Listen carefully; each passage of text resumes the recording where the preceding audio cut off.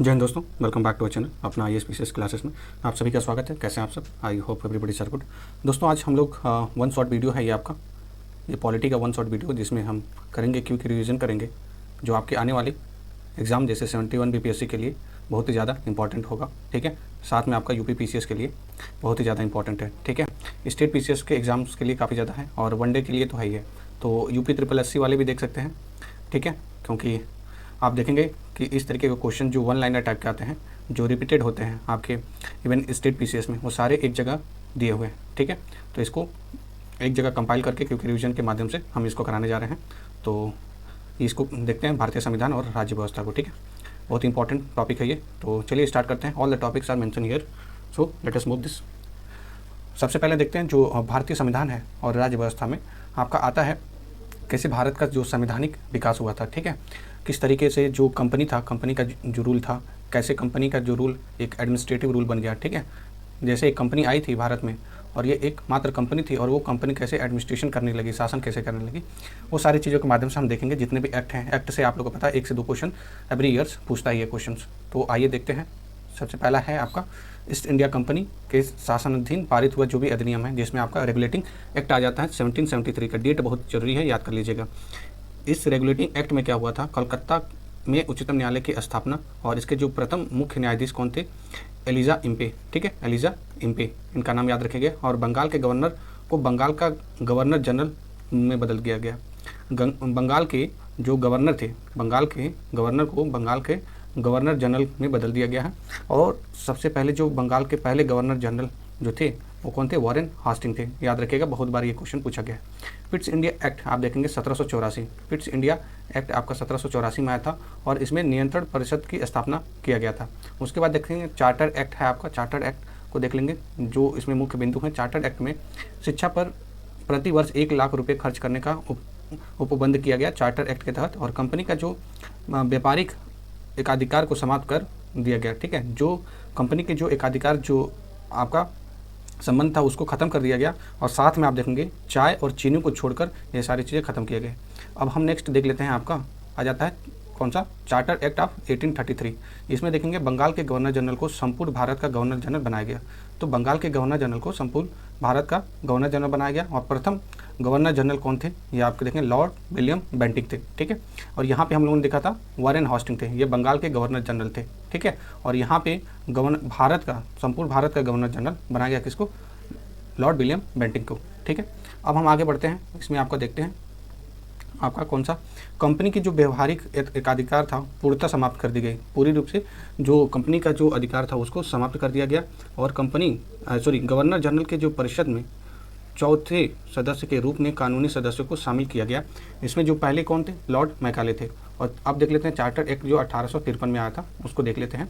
इसमें विधि निर्माण हेतु केंद्रीय विधान परिषद की स्थापना हुई। किसकी, केंद्रीय विधान परिषद की स्थापना हुई। और सिविल सेवकों की भर्ती हेतु खुली प्रतियोगिता का शुभारंभ किया गया।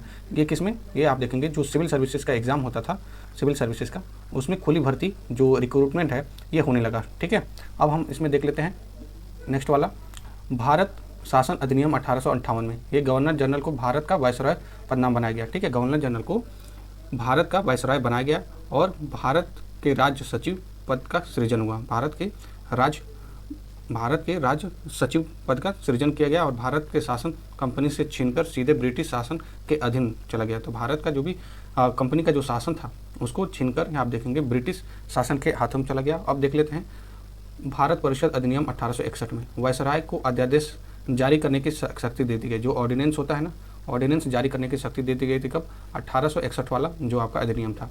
और उसके बाद डिसेंट्रलाइजेशन की शुरुआत हो गई, जो विकेंद्रीकरण जिसे बोलते हैं उसकी शुरुआत हो गई। और आप देखेंगे भारत परिषद अधिनियम 1892 में देख लेते हैं।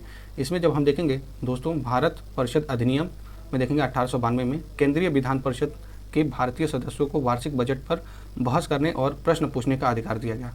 अब पूरक प्रश्न एवं मतदान का अधिकार नहीं दिया गया था, ये याद रखेंगे।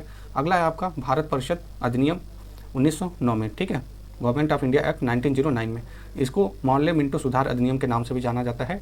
और यहाँ पे आप देखेंगे मॉर्ले मिंटो सुधार अधिनियम। और दूसरा क्या है इसमें पॉइंट, पृथक निर्वाचन के आधार पर मुस्लिम के लिए सांप्रदायिक प्रतिनिधित्व का प्रावधान इसमें किया गया। किसमें, मॉर्ले मिंटो में। ठीक है, जो अलग से जो मुस्लिम लोगों को क्या जो इलेक्शन के लिए प्रावधान रखा गया, ठीक है, पृथक निर्वाचन के आधार पर मुस्लिमों के लिए सांप्रदायिक प्रतिनिधित्व का प्रावधान इसमें दिया गया। अब देख लेते हैं भारत शासन अधिनियम 1919 वाला। मॉन्टेग्यू चेम्सफोर्ड के सुधार के नाम से जाना जाता है, ये भारत शासन अधिनियम 1919 का, ठीक है। और केंद्र में जो द्विदशनीय व्यवस्था का प्रारंभ, जो ड्यूल गवर्नमेंट था उसका क्या हुआ, स्टार्ट हो गया। और प्रांतों में दैत शासन की शुरुआत हुई। जो भी प्रोविंसेस थे, प्रोविंसेस में पे आप देखेंगे ड्यूल गवर्नमेंट थी, इसको स्टार्ट किया गया, दैत गवर्नमेंट जिसको कहते हैं। विश्व को 2 भागों में बांट दिया गया, एक आरक्षित एक हस्तांतरित, ठीक है, एक आरक्षित और एक हस्तांतरित में बांट दिया गया। कब, 1919 वाले एक्ट में, ठीक है, गवर्नमेंट। अब आते हैं सबसे महत्वपूर्ण 1935 वाले में। इससे क्वेश्चन आने की जरूर हाई प्रोबेबिलिटी। तो भारत शासन अधिनियम 1935 में देखेंगे कि केंद्र के संघात्मक सरकार की स्थापना हुई थी और प्रांतों में दैत शासन की समाप्ति, जो ड्यूल गवर्नमेंट था प्रोविंसेस में, उसको खत्म कर दिया गया और केंद्र में दैत शासन की शुरुआत हुई। सेंट्रल में, ठीक है, ड्यूल गवर्नमेंट आया और आप प्रोविंसेस में देखेंगे, प्रोविंसेस में आपका खत्म हो गया और सेंटर में आपका ड्यूल गवर्नमेंट आ गया, ठीक है। और आप देखेंगे केंद्रीय बैंक और संघीय न्यायालय की स्थापना हुई थी। जो केंद्रीय बैंक था, सेंट्रल बैंक, और संघीय न्यायालय की स्थापना आपका गवर्नमेंट ऑफ इंडिया एक्ट 1935 में हुआ था। और बर्मा को भारत में से अलग कर दिया गया, किसमें, 1935 के एक्ट में। सिंध उड़ीसा नामक नए प्रांत का निर्माण किया गया, सिंध और उड़ीसा। अब आते हैं आपके नेक्स्ट, इसमें हम देखते हैं भारत संविधान सभा, जो भारतीय संविधान सभा थी उसका कब गठन हुआ, उसमें कब अंतिम बैठक हुई, कितने सदस्य, सारी चीज़ें। तो यहाँ पे आप देखेंगे कैबिनेट मिशन का योजना 1946 में आई, ये क्रोनोलॉजी याद रखिएगा। और इसके तहत देखेंगे अप्रत्यक्ष निर्वाचन द्वारा ये आया था आपका कैबिनेट मिशन। उसके बाद जो कैबिनेट मिशन की जो संख्या थी 389 थी, और ब्रिटिश भारत से 296 लोग थे, और देसी रियासत से 93 लोग थे, 93 लोग। और महिला सदस्य कितनी थी, 15 थी, मात्र पहला महिला सदस्य 15 थी, याद रखिएगा, ठीक है। और जो प्रथम बैठक हुई थी 9 दिसंबर 1946 को हुई थी, और इसके जो पदाधिकारी थे, अस्थायी अध्यक्ष कौन थे, सच्चिदानंद सिन्हा जी थे, ठीक है, इनका नाम याद रखिएगा, सच्चिदानंद सिन्हा जी। और अस्थायी जो अध्यक्ष थे डॉक्टर राजेंद्र प्रसाद जी थे, और उपाध्यक्ष कौन थे, और HC मुखर्जी थे उपाध्यक्ष। और संवैधानिक जो सलाहकार थे BN Rao, most important, BN Rao जो कौन थे, याद रखेंगे, BN राव आपके संवैधानिक सलाहकार थे। और इसका उद्देश्य क्या था, ये पेश हुआ था आपका 13 दिसंबर 1946 को, पेश करता जवाहरलाल नेहरू जी थे, और ये पारित हुआ था 22 जनवरी 1947 को। जो अंतिम बैठक हुई थी मेरे दोस्तों, ये आपका 24 जनवरी 1950 को हुई थी। कब, आपका 24 जनवरी 1950 को अंतिम बैठक हुई थी भारतीय संविधान सभा की। अब हम आगे देख लेते हैं आपका क्या दुआ हुआ। इसमें आप देखेंगे संविधान सभा में जो प्रमुख समितियाँ थी और उनके अध्यक्ष के बारे में जान लेंगे, ये आपके लिए इंपॉर्टेंट हो जाता है। समितियों में देखेंगे जो आपके संघ शक्ति समिति और संघीय संविधान समिति के अध्यक्ष जवाहरलाल नेहरू थे। नियम समिति, प्रक्रिया समिति, संचालन समिति, ये आपके डॉक्टर राजेंद्र प्रसाद जी थे। प्रांतीय संविधान समिति और मौलिक अधिकार और अल्पसंख्यक संबंधी जो आपके समिति के अध्यक्ष थे, ये सरदार वल्लभ भाई पटेल जी थे। और जो प्रारूप समिति का गठन 29 अगस्त 1947 को 7 सदस्यों के द्वारा किया गया था, उसके अध्यक्ष BR अम्बेडकर जी थे, ठीक है। अब इसमें देख लेते हैं भारत का जो संविधान था, इंडियन कॉन्स्टिट्यूशन में देख लेते हैं, ठीक है, इंडियन कॉन्स्टिट्यूशन के बारे में जो भी मुख्य बिंदु हैं। 26 नवंबर 1949 को संविधान सभा द्वारा पारित किया गया, और आप देखेंगे 26 जनवरी 1950 को लागू हो गया। कब, 26 जनवरी 1950 को लागू हो गया, ठीक है, इन्फोर्स हो गया। निर्माण में आप देखें 2 वर्ष 11 महीने 18 दिन लगे थे, ये याद रखिएगा, वनडे में ये इस तरह के क्वेश्चन पूछे जाते हैं। मूल जो संविधान में कितने 22 भाग थे, 8 अनुसूचियाँ और 395 अनुच्छेद थे। तो मूल वाला ही पूछता है, याद रखेंगे, 12 भाग और कितने 8 अनुसूचियाँ, ठीक है, ये याद रखिएगा। और वर्तमान में गठन और पुष्टि में आप देखेंगे, वर्तमान की दृष्टि से देखेंगे 25 आपके भाग हो गए हैं, 12 अनुसूचियाँ हो गई हैं, लगभग आप देखेंगे 465 आपके अनुच्छेद होंगे। तो अनुसूचियाँ 12, 25 भाग हो गए हैं, ठीक है। अब हम देख लेते हैं कि जो इंडियन कॉन्स्टिट्यूशन था कहाँ से लिया गया। इंडियन कॉन्स्टिट्यूशन के व्हाट आर द स्रोत, क्या क्या सोर्सेस रहे हैं वो सारे, जैसे ब्रिटेन से संसद शासन प्रणाली, एकल नागरिकता और विधि का शासन लिया गया था ब्रिटेन से। USA से, संयुक्त राज्य अमेरिका से मूल अधिकार, न्यायपालिका की स्वतंत्रता, न्यायिक पुनरावलोकन और उच्चतम और उच्च न्यायालय की जो न्यायाधीशों का हटाया जाना, राष्ट्रपति का महाभियोग और उपराष्ट्रपति पद और विधियों के समान संरक्षण, ये सारा आप देखेंगे USA, आप अमेरिका के द्वारा ये वहाँ से लिया गया। कनाडा से लिया गया है, आप देखें संघात्मक शासन प्रणाली, केंद्र द्वारा राज्यपाल की नियुक्ति और अवशिष्ट शक्तियाँ यहाँ केंद्र के पास। आयरलैंड से लिया गया नीति निर्देशक तत्व, जिसको DPSP कहा जाता है। राष्ट्रपति की निर्वाचन प्रक्रिया, जो राष्ट्रपति का चुनाव किस तरीके से होता है, ये आपका आयरलैंड से लिया गया था। और राष्ट्रपति द्वारा राज्यसभा में मनोनीत सदस्य। जर्मनी से लिया गया था आपातकाल, ठीक है। अगला देख लेते हैं, सोवियत यूनियन से लिया गया था क्या, मूल कर्तव्य लिया गया था, जो फंडामेंटल ड्यूटीज़ थे ठीक है, ये लिया गया था सोवियत यूनियन से। ठीक है, दक्षिण अफ्रीका से संविधान का संशोधन प्रक्रिया लिया गया था साउथ अफ्रीका से। जापान से विधि द्वारा स्थापित प्रक्रिया, ये आपका जापान के द्वारा। अब अगला देख लेते हैं, अगला आपका क्या है, जो प्रस्तावना था प्रियम्बल के बारे में देख लेते हैं, बहुत इंपॉर्टेंट हो जाता है। तो प्रियम्बल जो प्रस्तावना है उसके बारे में देख लेते हैं। भारत होगा क्या, एक संपूर्ण प्रभुत्व संपन्न समाजवादी अंतर्निरपेक्ष लोकतांत्रिक गणराज्य होगा, ये आपका दिया है, इसमें प्रस्तावना में दिया है। न्याय क्या है, न्याय किससे मिलेगा, सामाजिक, आर्थिक और राजनीतिक। ठीक है, सोशल इकोनॉमिक और पॉलिटिकल। ठीक है, स्वतंत्रता किससे चाहिए, विचारों से, अभिव्यक्ति से, विश्वास, धर्म और उपासना की। समता किससे चाहिए, प्रतिष्ठा और अवसर की। 22वें संविधान संशोधन अधिनियम 1976 द्वारा जोड़े गए नए शब्द कौन कौन से हैं, समाजवादी, धर्मनिरपेक्ष और अखंडता। ठीक है, ये याद रखिएगा। सोशल, ठीक है, सोशलिज्म आपका सोशलिस्ट, और धर्मनिरपेक्ष आपका सेकुलर और आपका इंटीग्रिटी। ठीक है, ये बाद में कब 22वें संविधान संशोधन से जोड़ा गया था। ठीक है, 1976 में। आगे देखते हैं, केशवानंद भारतीय वाद जो था 1973 का, बहुत इंपॉर्टेंट वाद है, में उच्चतम न्यायालय ने उद्देशिका को संविधान का भाग माना है। जो आप प्रस्तावना है preamble is a part of constitution, ये माना है। ठीक है, ये याद रखिएगा। आगे देख लेते हैं, और अगर आप कॉन्स्टिट्यूशन में चेंज करना चाहते हैं तो आप बेसिक स्ट्रक्चर जो है ना उसको नहीं चेंज कर सकते हैं। जो बेसिक स्ट्रक्चर को हैम्पर किए बिना संविधान में संशोधन हो सकता है, अन्यथा नहीं हो सकता है। ठीक है, ये भी आप देखेंगे केशवानंद भारतीय वाद में दिया गया था। ठीक है, अब देख लेते हैं, पंडित जवाहरलाल नेहरू ने उद्देशिका को भारत की आत्मा कहा है, संविधान की आत्मा कहा है। कौन, जवाहरलाल नेहरू जी ने। के मुंशी ने उद्देशिका को राजनीतिक जनपत्री कहा है। ठीक है, ये याद रखिएगा। आगे हम बढ़ जाते हैं और देखते हैं जो भी राष्ट्रीय प्रतीक है, ये एक बार बस देख लीजिएगा। ठीक है, ऐसे सबको ये पता ही होता है। ठीक है, तो एक बार इसको देख लीजिएगा। ठीक है, आगे हम बढ़ते हैं आपका। अब आ जाते हैं राज्य के नए राज्यों का जो गठन हुआ था उसको देख लेते हैं। 1953 से हुआ था आपका। तो नए राज्यों से इसमें आपको मैच द फॉलोइंग आता है। ठीक है, क्रोनोलॉजी आ जाती है, तो ये सारी चीज़ें बहुत इंपॉर्टेंट हो जाता है। आंध्र प्रदेश आपका 1 अक्टूबर 1953 को, गुजरात आपका 1 मई 1960 को, नागालैंड 1 दिसंबर 1963 को, हरियाणा 1 नवंबर 1966 को, हिमाचल प्रदेश 25 जनवरी 1971 को, मणिपुर, मेघालय, त्रिपुरा, ठीक है, MMT आपका कब 21 जनवरी 1972 को। तीनों आपको एक ही डेट में इसकी स्थापना हुई थी। ठीक है, MMT से याद रखिएगा। सिक्किम का 16 मई 1975, मिजोरम में 20 फरवरी 1987। अब हम आगे देखते हैं इसका गठन। जो अरुणाचल प्रदेश है ये आप देखेंगे 20 फरवरी 1987। ठीक है, 20 फरवरी 1987। अब हम देख लेते हैं आपका गोवा 30 मई 1987। छत्तीसगढ़ 1 नवंबर 2000 को किया गया था, और वहीं उत्तराखंड यूपी से उत्तर प्रदेश से अलग होकर आपका 9 नवंबर 2000 को अलग हो गया था, नया राज्य बन गया था। और झारखंड आपका 15 नवंबर 2000 को।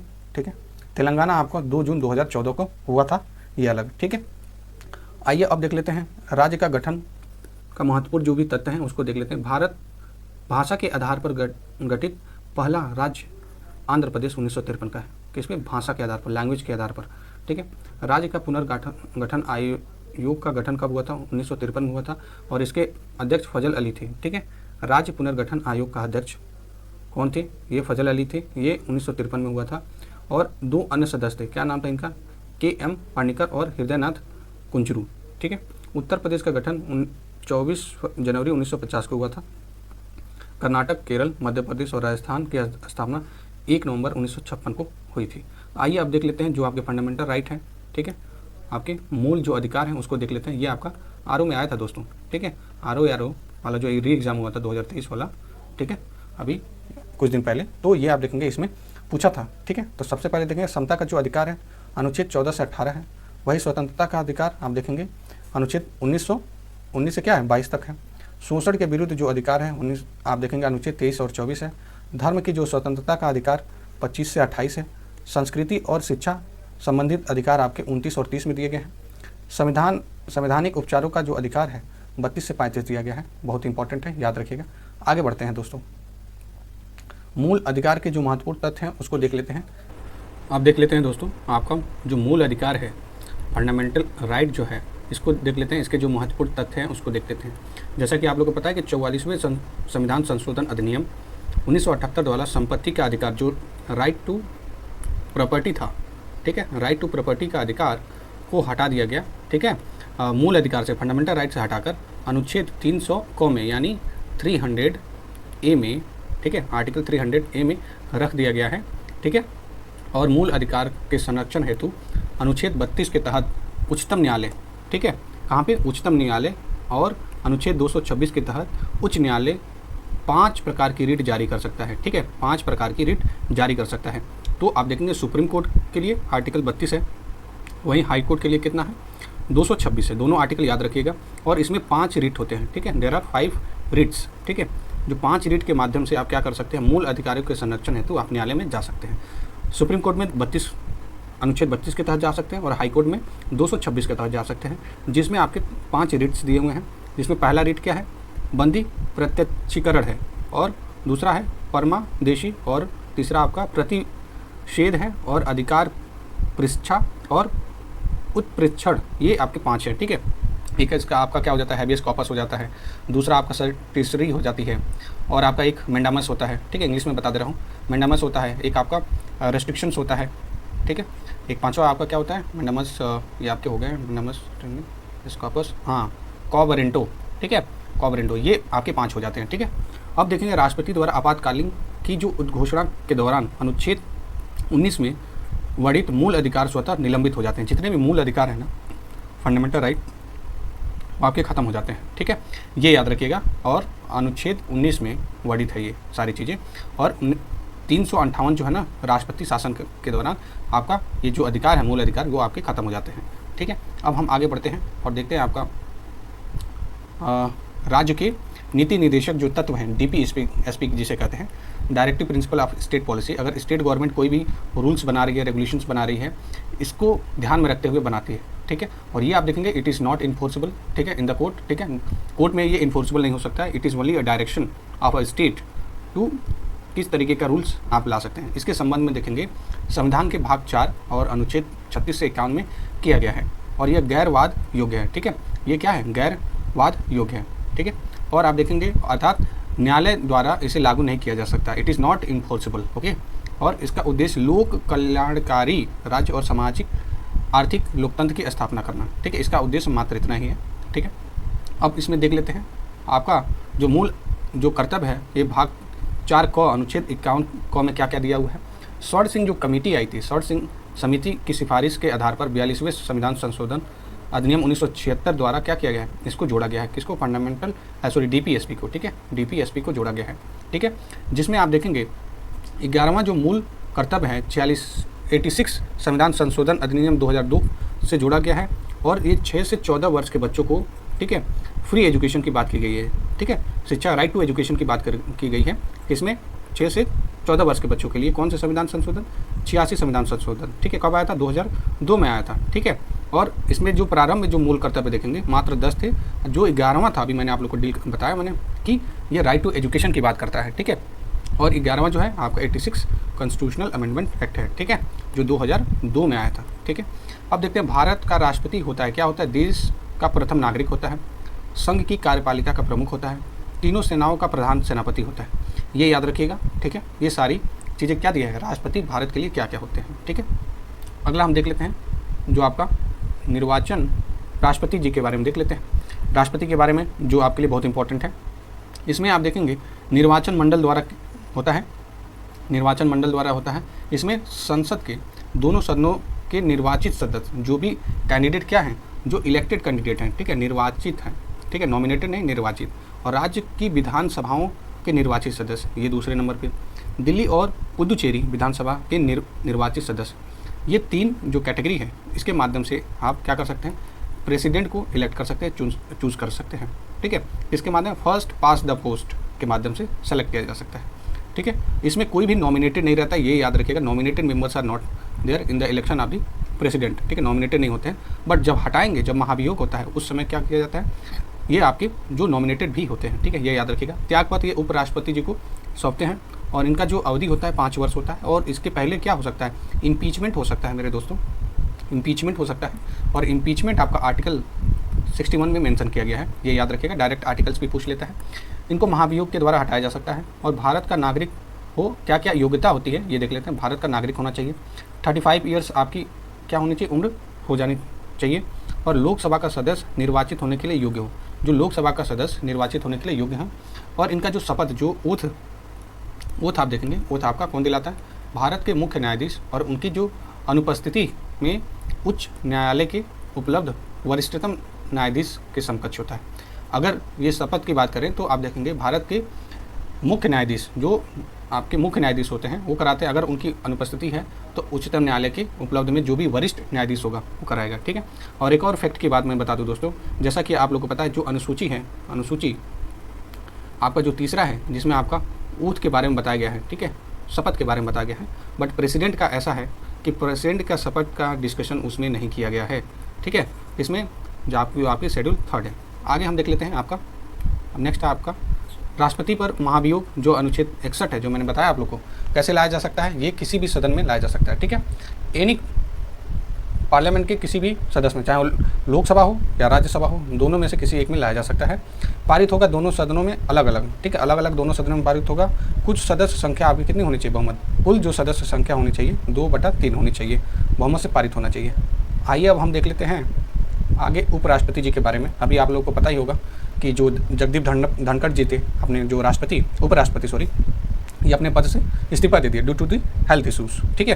तो आइए देख लेते हैं, राज्य का पदेन सभापति होते हैं कौन? उपराष्ट्रपति होते हैं। उनका निर्वाचन क्या होता है? लोकसभा और राज्यसभा के सदस्यों द्वारा अनुपातिक प्रतिनिधित्व प्रणाली एवं एकल संक्रमणीय मत द्वारा होता है, ठीक है, फर्स्ट पास द पोस्ट।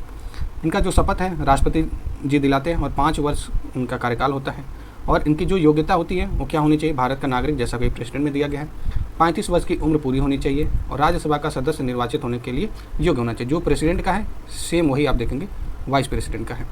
और त्यागपत्र ये राष्ट्रपति जी को सौंपते हैं, ये याद रखना है आप लोग को। आगे अब हम देखते हैं केंद्रीय मंत्रिमंडल, ये आर्टिकल आपका 75 में दिया हुआ है, सारी चीज़ें मेंशन की गई है। इसमें क्या होते हैं? जो आपके काउंसिल ऑफ मिनिस्टर जिसको कहते हैं, तो काउंसिल ऑफ मिनिस्टर में प्रधानमंत्री होते हैं, कैबिनेट राज्य मंत्री और उप मंत्री होते हैं। और इनकी जो नियुक्ति होती है राष्ट्रपति द्वारा होती है और प्रधानमंत्री जी के सलाह पर होती है, ठीक है। इनके जो प्रमुख कौन होते हैं? प्रधानमंत्री होते हैं। इनको हटाया जा सकता है किसे? लोकसभा में पारित अविश्वास प्रस्ताव के द्वारा इनको हटाया जा सकता है। लोकसभा में जो सदस्यों की कुल संख्या कितनी होनी चाहिए? 15% से अधिक नहीं होनी चाहिए। लोकसभा में केंद्रीय मंत्री परिषद की जो संख्या होनी चाहिए, सदस्यों की संख्या 15% से ज़्यादा नहीं होनी चाहिए, यानी 15% ही लोग क्या मंत्री बन सकते हैं, दैट्स इट, ओके। ये कब आया था? आपका 91 संविधान संशोधन के माध्यम से ये आया था आपका। और लोकसभा के प्रति आप देखेंगे उत्तरदायी ये होते हैं, ठीक है, लोकसभा के प्रति, राज्यसभा के प्रति नहीं, राज्यसभा के प्रति नहीं होते हैं, ये लोकसभा के प्रति होते हैं। आइए अब हम देख लेते हैं आपका महान्यायवादी, जो आपके अनुच्छेद 76 में दिया गया है। भारत का सर्वोच्च विधि सलाहकार होते हैं और इनकी जो नियुक्ति होती है राष्ट्रपति जी के द्वारा होती है। योग्यता क्या होनी चाहिए? उच्चतम न्यायालय के न्यायाधीश नियुक्त होने की है। और आप इनका जो अधिकार है क्या क्या है? भारत के सभी न्यायालयों में सुनवाई का अधिकार, जो इनको क्या बोलते हैं? अटॉर्नी जनरल ऑफ इंडिया बोला जाता है।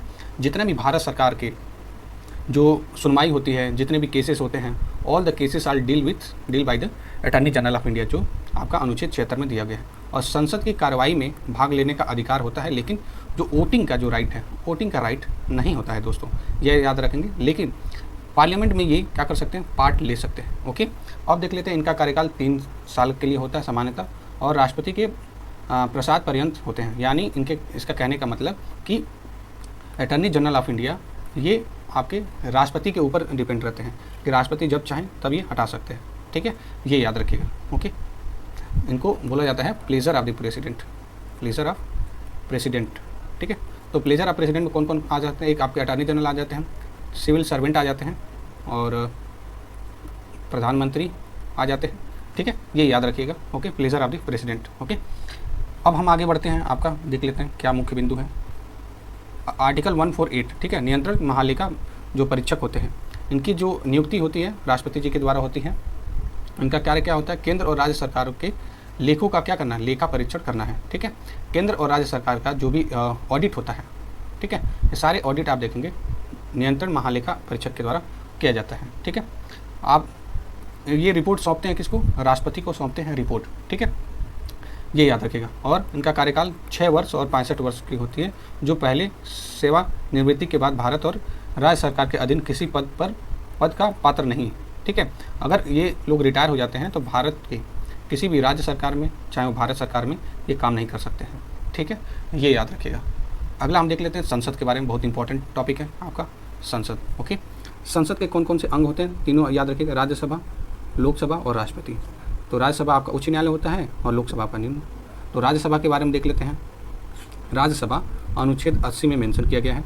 इसका गठन आप देखें 3 अप्रैल 1952 में किया गया था। प्रथम बैठक जो हुई थी आपकी 13 अप्रैल आपका 1952 में हुई थी।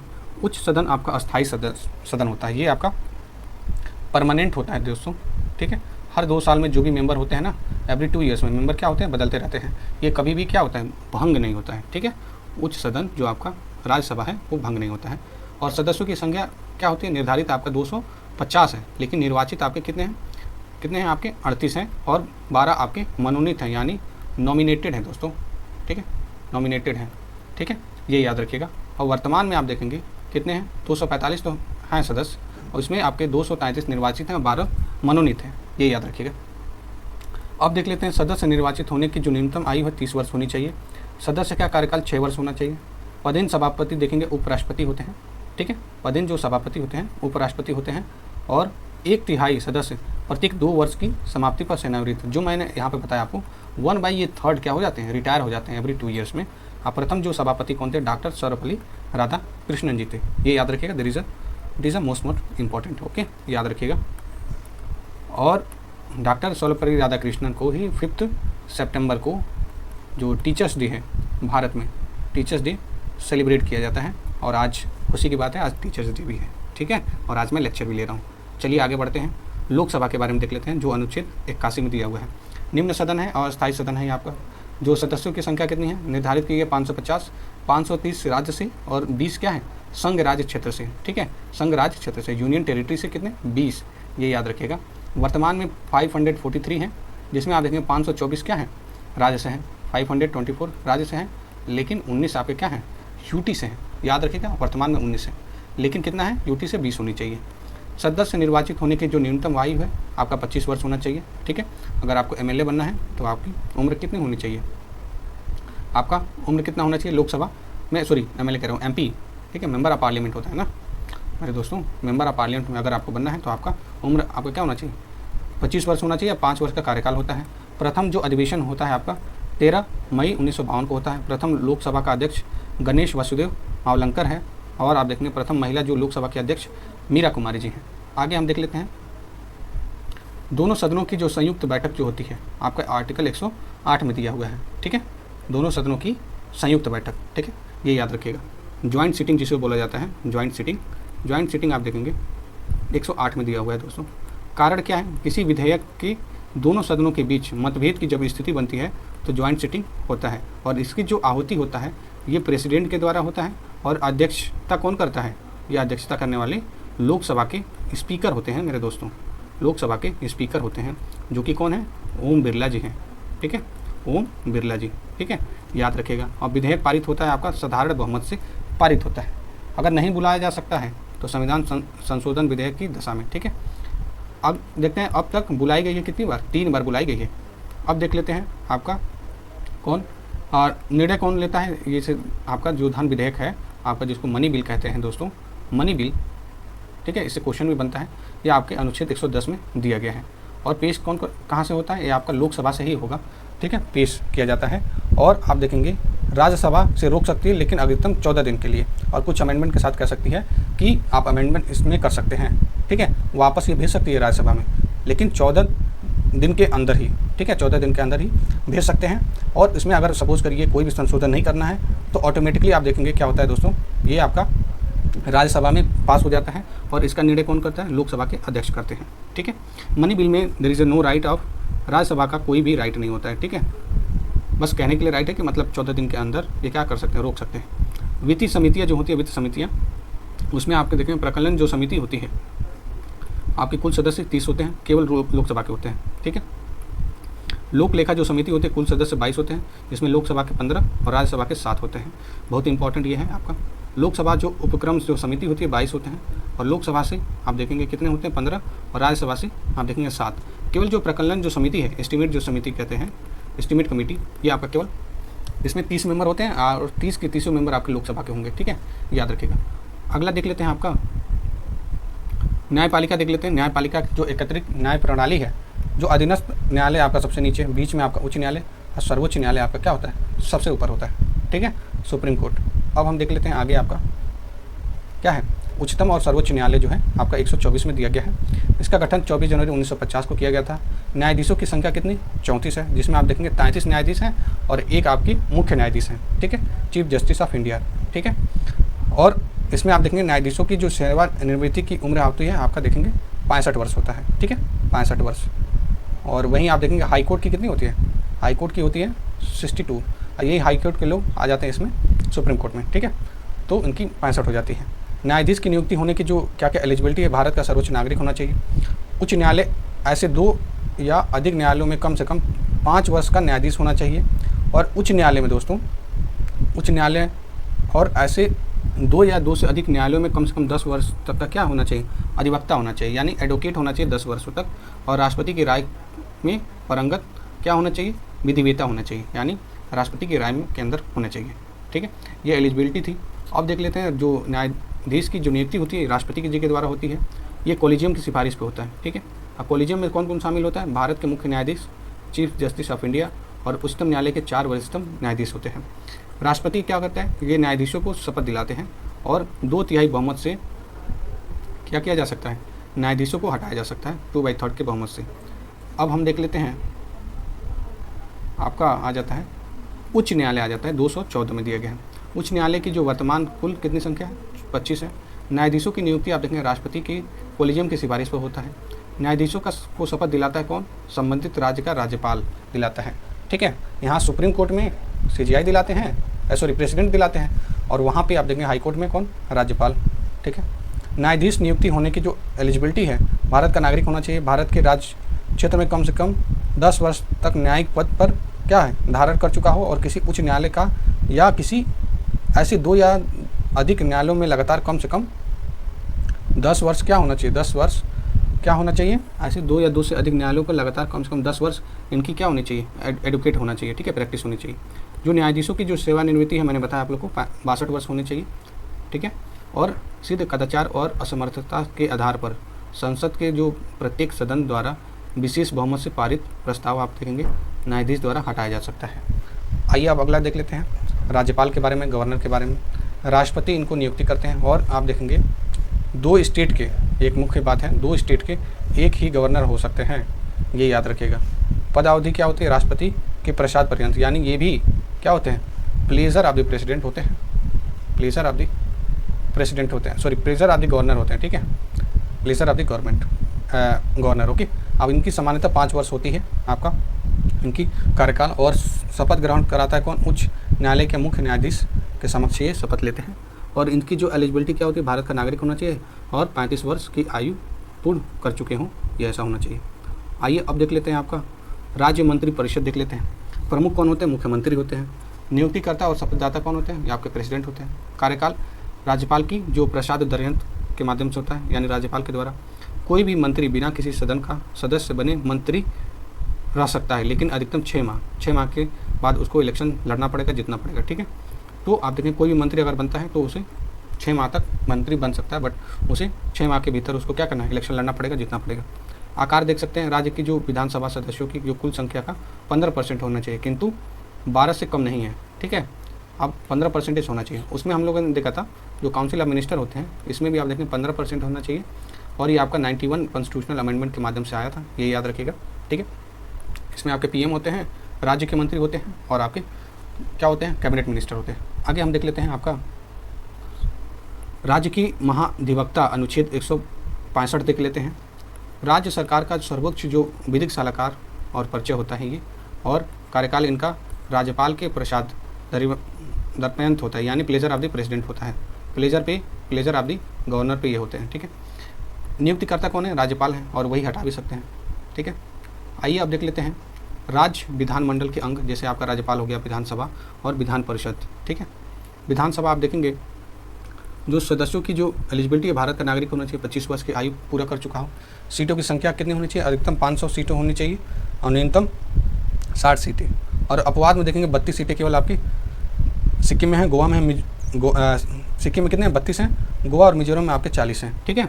और न्यूनतम आपका 60 बोला है, लेकिन अपवाद में आप देख लेंगे सदस्यता आप देखें समाप्त हो सकती है सदन की बैठक के बिना अनुमति लगातार अगर आप 60 दिन तक अनुपस्थिति रहते हैं। अगर बिना किसी बताए अगर आप 60 दिन तक लगातार एब्सेंट रहते हैं तो सदस्यता जा सकती है। सर्वाधिक सीटों वाला जो राज्य कौन है? 403 है, अपना उत्तर प्रदेश है। ठीक है, जो न्यूनतम जो सीटों वाला जो राज्य है आपका सिक्किम में 32 है। ओके, अब हम देखते हैं आपका विधान परिषद में सदस्यों की कुल संख्या, अधिकतम राज्य विधान सीटों की कुल संख्या का 1/3 होता है, यानी 1/3 होता है। न्यूनतम 40 वर्ष से कम नहीं होना चाहिए। विधान परिषद युक्त जो राज्य हैं आपके उत्तर प्रदेश में 100 सीट हैं, बिहार में 58 है, महाराष्ट्र में 78, कर्नाटक में 75, आंध्र प्रदेश में 58, तेलंगाना में 40। और सदस्यों की जो कार्यकाल 6 वर्ष होती है और सदस्य बनने की जो एलिजिबिलिटी है भारत का नागरिक और 30 वर्ष पूरा होना चाहिए। आइए अब हम देख लेते हैं आपके संविधान का संशोधन भाग 20 में 368 में दिया हुआ संविधान का संशोधन। ये आपका कहाँ से लिया गया है? ये आपका साउथ अफ्रीका से लिया गया है संविधान का संशोधन, याद रखिएगा। महत्वपूर्ण तथ्य जैसे संविधान संशोधन के किसी भी उपबंध में संशोधन परिवर्तन का निरसन कर सकती है। ठीक है, संसद क्या कह रहा है इसमें? संसद संविधान के किसी भी उपबंध में संशोधन कर सकती है। संविधान संशोधन विधेयक संसद के किसी भी सदन में मंत्री या गैर सरकारी सदस्य द्वारा पुनर्स्थापित किया जा सकता है। संविधान संशोधन विधेयक को प्रत्येक सदस्य के विशेष बहुमत अर्थात उस सदस्य की कुल सदस्य संख्या की बहुमत और उस सदन में उपस्थित मत देने वाले सदस्यों के कम से कम 2/3 बहुमत से पारित होना चाहिए। आइए अब हम देख लेते हैं आगे। संविधान के कुछ उपबंधों में संशोधन के लिए कम से कम आधे राज्यों को क्या होना चाहिए? विधानमंडल की मंजूरी लेना भी अनिवार्य है, जैसे राष्ट्रपति का निर्वाचन एवं इसकी प्रक्रिया, केंद्र और राज्य की कार्यपालिका की शक्ति का विस्तार, उच्चतम न्यायालय और उच्च न्यायालय, केंद्र और राज्य के मध्य विधायी शक्तियों का विभाजन, जीएसटी परिषद, 7वीं अनुसूची, संसद के सदस्यों की जो प्रतिनिधित्व है और संविधान संशोधन प्रक्रिया 368 अनुच्छेद में दिया गया है। अब संविधान संशोधन विधेयक को पारित करने के लिए संयुक्त बैठक नहीं बुलाई जा सकती। संविधान संशोधन विधेयक पर राष्ट्रपति मंजूरी देने के लिए बाध्य है। ठीक है, आइए आप देख लेते हैं आपका अस्थायी स्वशासन देख लेते हैं। ठीक है, आपका स्थानीय जो स्वशासन होता है, लॉर्ड रिपन इसके क्या है? जनक है। ठीक है, राज्य सूची का क्या है? ये विषय है, राज्य की सूची का विषय है। और जो पंचायती राज जो प्रणाली है, ठीक है, ये आपका 2 अक्टूबर 1959 को राजस्थान के नागौर जिले से जवाहरलाल नेहरू के द्वारा ये स्टार्ट किया गया। संवैधानिक दर्जा आप देखें 73वें संविधान संशोधन के माध्यम से 1992 में कब? 24 अप्रैल 1993 को लागू हुआ था। कौन सा संविधान संशोधन? 73वां। कब? 1992 में। कब ये लागू हुआ? 24 अप्रैल 1993 में। पहला पंचायत ग्राम पंचायत, खंड पंचायत और जिला पंचायत, इसमें कुल विषय कितने हैं? 29 हैं। शुरू की गई जो बलवंत राय मेहता की कमेटी की सिफारिश पर ये स्टार्ट किया गया था। नगरीय स्वशासन प्रणाली है जो जिसमें आपके कुल 18 क्या है विषय हैं। संवैधानिक दर्जा 74वें संविधान संशोधन के माध्यम से 1992 में किया गया था और 1 जून 1993 में लागू किया गया था। और नगर पंचायत, नगर पालिका और नगर निगम इसके अंग हैं। ठीक है, इस स्तर पर किया जाता है। पंचायती राज के प्रमुख समितियां देख लेते हैं। इस समिति में आपको देखने को मिलता है प्रमुख जो सुझाव था आपका त्रिस्तरीय पंचायत राज प्रणाली, आपका ग्राम, खंड, जिला पंचायत। ये आपका कब आया था? ये बलवंत राय मेहता समिति आई थी आपकी 1957 में। उसमें ये सुझाव दिया गया था कि जो त्रिस्तरीय पंचायत राज प्रणाली होनी चाहिए। ठीक है, जिसमें ग्राम हो, खंड हो और जिला पंचायत हो। अब उसके बाद कौन सा आया? उसके बाद आप देखेंगे अशोक मेहता समिति आई थी 1977 में और इसका जो सुझाव था द्विस्तरीय पंचायती राज प्रणाली थी। ठीक है, द्विस्तरीय, एक आपका क्या होना चाहिए? खंड पंचायत होना चाहिए और एक आपका जिला पंचायत होना चाहिए। उसके बाद आया था आपका जीवी केशव समिति। ठीक है, जीवी केशव समिति, केशव समिति ये आई थी 1985 में। और उसके बाद लक्ष्मीमल सिंघवी समिति आई थी 1986 में और इसमें दिया गया है कि पंचायती राज को संवैधानिक दर्जा इसी समिति की सिफारिश के आधार पर दिया गया। जो संवैधानिक दर्जा है, कॉन्स्टिट्यूशनल पोजीशन है, ये आपका दिया गया कब? आपका लक्ष्मीमल सिंघवी समिति 1986 में। और पीके थंगन जो आपकी समिति थी 1988 में आई थी। ये आपका था पंचायती राज समिति के बारे में, पंचायती राज जो भी इंस्टीट्यूशन थे इनके बारे में। अब हम देख लेते हैं पंचायती राज और नगर निकाय के बारे में। चुनावी राज्य निर्वाचन आयोग करता है, चुनाव जो है राज्य निर्वाचन आयोग करता है, स्टेट इलेक्शन कमीशन करता है। और सदस्य बनने की जो न्यूनतम आयु है 21 वर्ष होनी चाहिए। सभी स्तरों पर महिलाओं के लिए आरक्षित सीटें कितनी हैं? 1/3 है।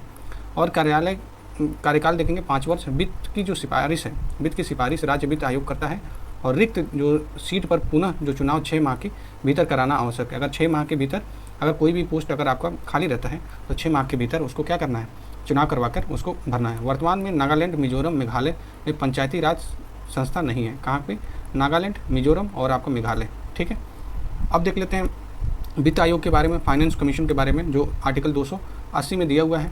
और इसमें देखेंगे इसका गठन राष्ट्रपति जी के द्वारा प्रत्येक 5 वर्ष में किया जाता है।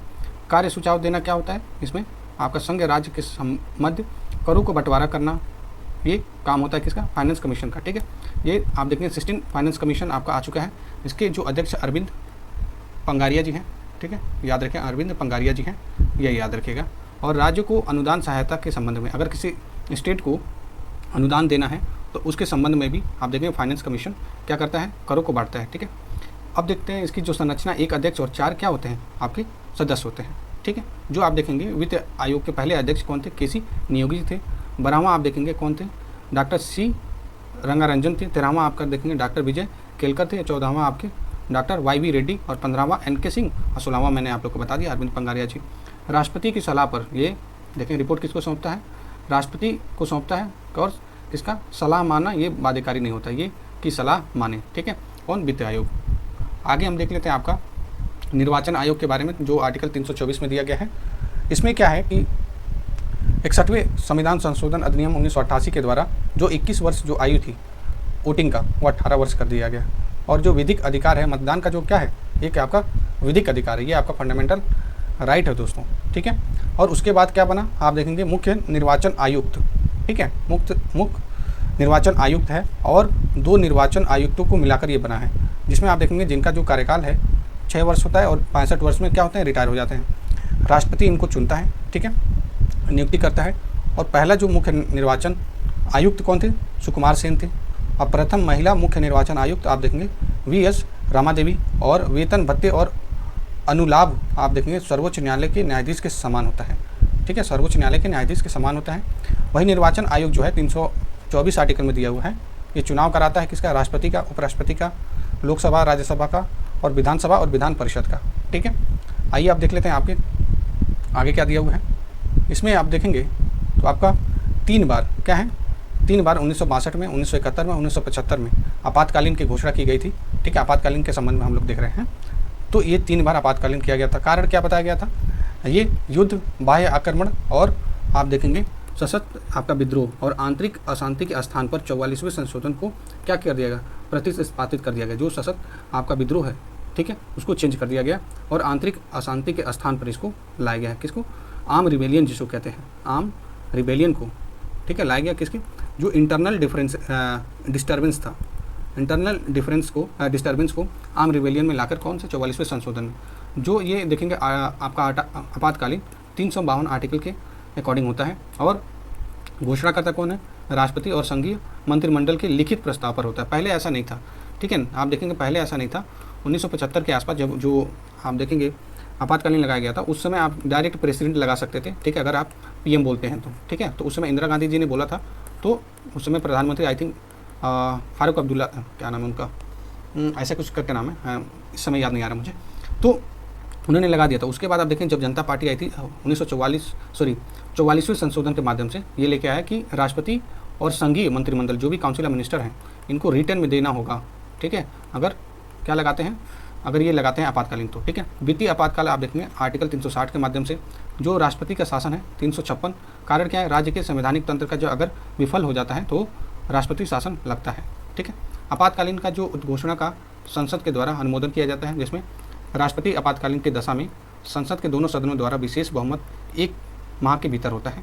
और राष्ट्रपति शासन का वित्तीय आपातकालीन की दशा में देखेंगे तो संसद के दोनों सदनों द्वारा विशेष बहुमत को 2 माह के भीतर होता है। यहाँ पे 1 माह, यहाँ पे आपका 2 माह।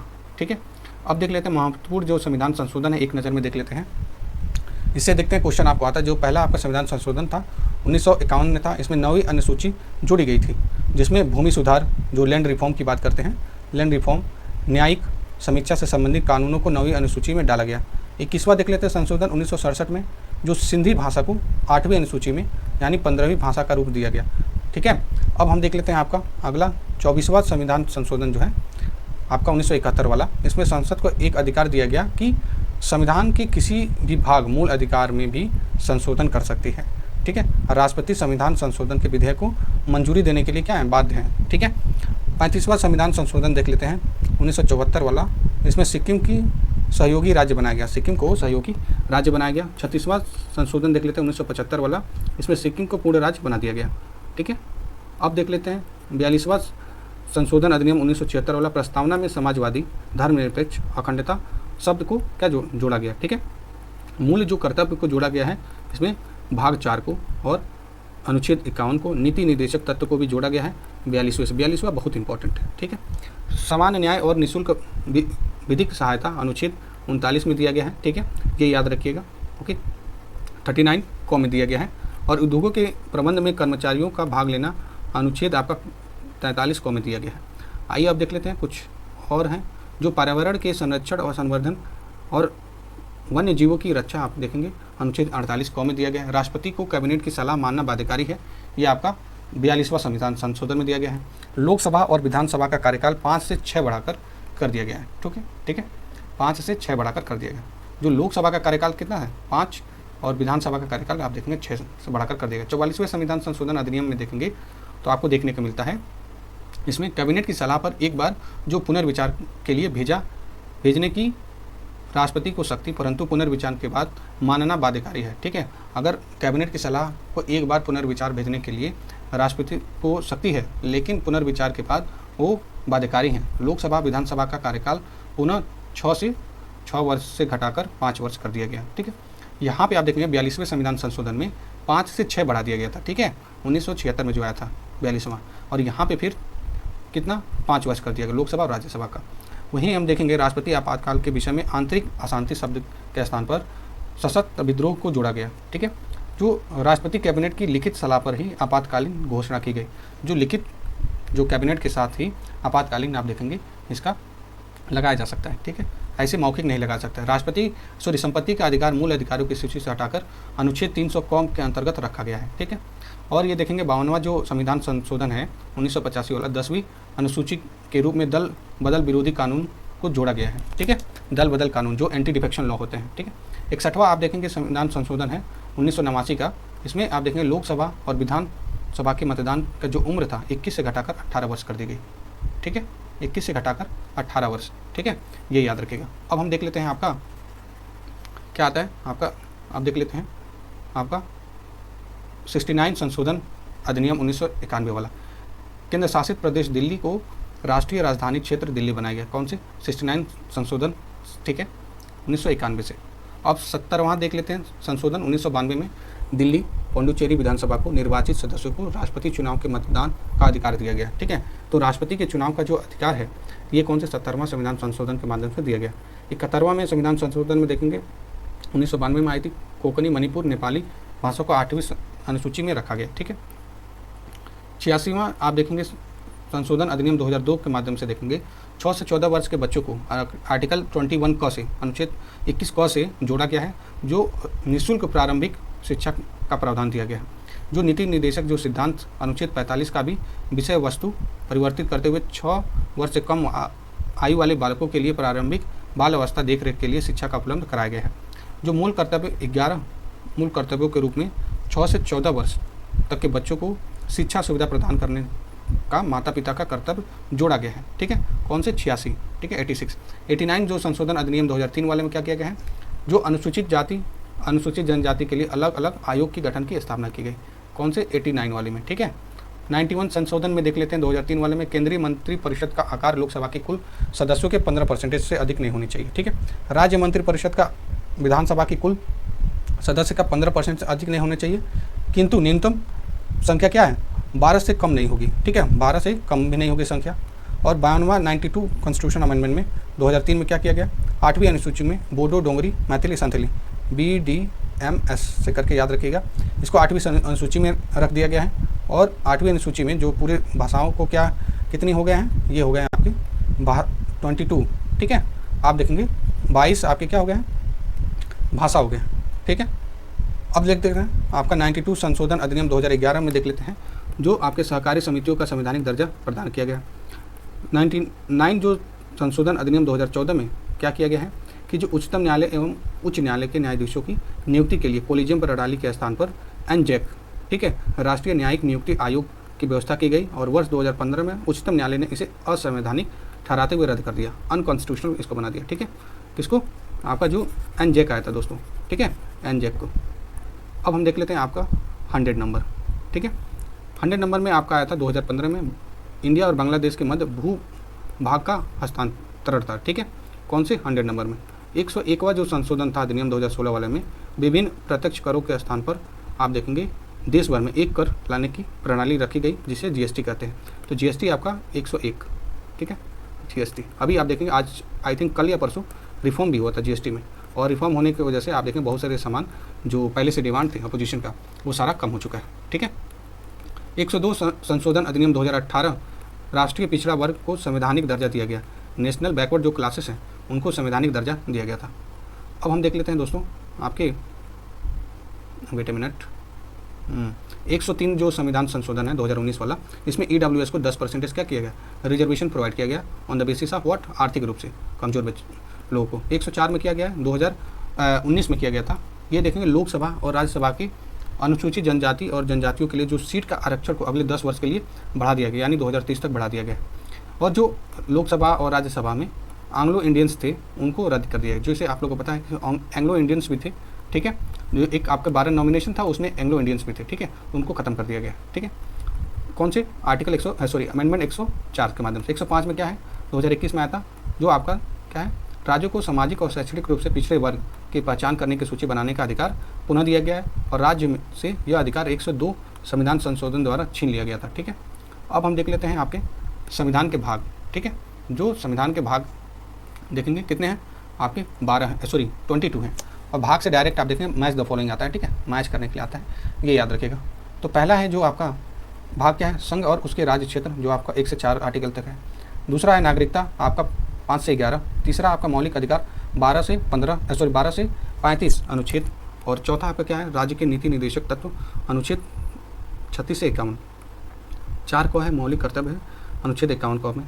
5वां जो भाग है आपका संघ और आपका अनुच्छेद 52 से 151 है। छठा आपका देखेंगे राज्य है, राज्य में अनुच्छेद 152 से 237। 7वां देखेंगे निश्चित आपका अध्यक्ष अनुच्छेद 238 है। 8वां जो है 8वां भाग में क्या दिया है, संघ राज्य क्षेत्र जो 239 से 242 है। 9वां आपका है पंचायतें हैं, अनुच्छेद 243 से 243 तक है। 9th को में क्या दिया है, नगर पालिका दिया है, जो अनुच्छेद 243 तो से 243 जो 6 तक है। अब हम देख लेते हैं 9th को सहकारी समिति अनुच्छेद 243 से आप देखेंगे 243 या 9 है।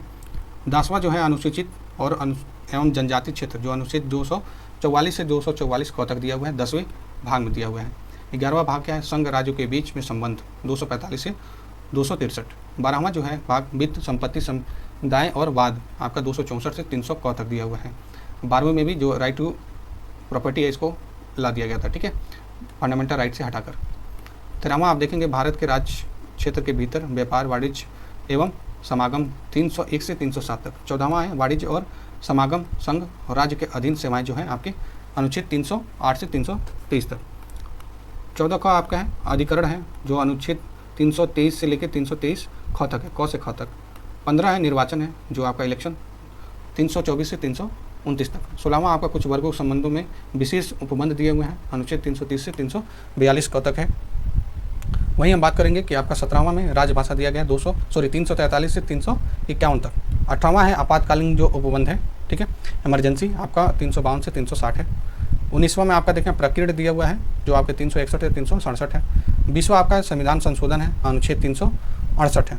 21वां अस्थायी संक्रमणकालीन और विशेष उपबंध आपके दिए हुए हैं 339 से 392 तक। 22वां क्या है संक्षिप्त नाम प्रारंभ हिंदी में प्राधिकृत पाठ और निरीक्षण आपके अनुच्छेद 393 से 395। आइए आप कुछ आर्टिकल्स देखेंगे, ठीक है, अनुसूची के बाद। जैसे आप लोग पता है 12 अनुसूची है, इससे क्वेश्चन आता है दोस्तों, याद रखिएगा। It is a very very important topic जो आपका आयोग के द्वारा पूछा जाता है। पहला जो अनुसूची आपका राज्य और संघ राज्य क्षेत्र हो जाते हैं, जिसमें राष्ट्रपति, राज्यपाल, लोकसभा, विधानसभा के अध्यक्ष, उपाध्यक्ष और राज्यसभा, ठीक है। दूसरी देख लेते हैं, दूसरा क्या है कि विधान परिषद के सभापति, उपसभापति, उच्चतम और उच्च न्यायालय के न्यायाधीश, कैग से मिलने वाले वेतन, भत्ते, पेंशन, यानी जो दूसरा में है यहाँ से आपका यहाँ तक है, ठीक है, जो मैंने राष्ट्रपति से बताया था, ठीक है। तीसरे में भारत संघ के प्रमुख पदाधिकारी के शपथ और प्रतिज्ञान का प्रारूप, तीसरे में आपका ओथ दिया हुआ है, ठीक है।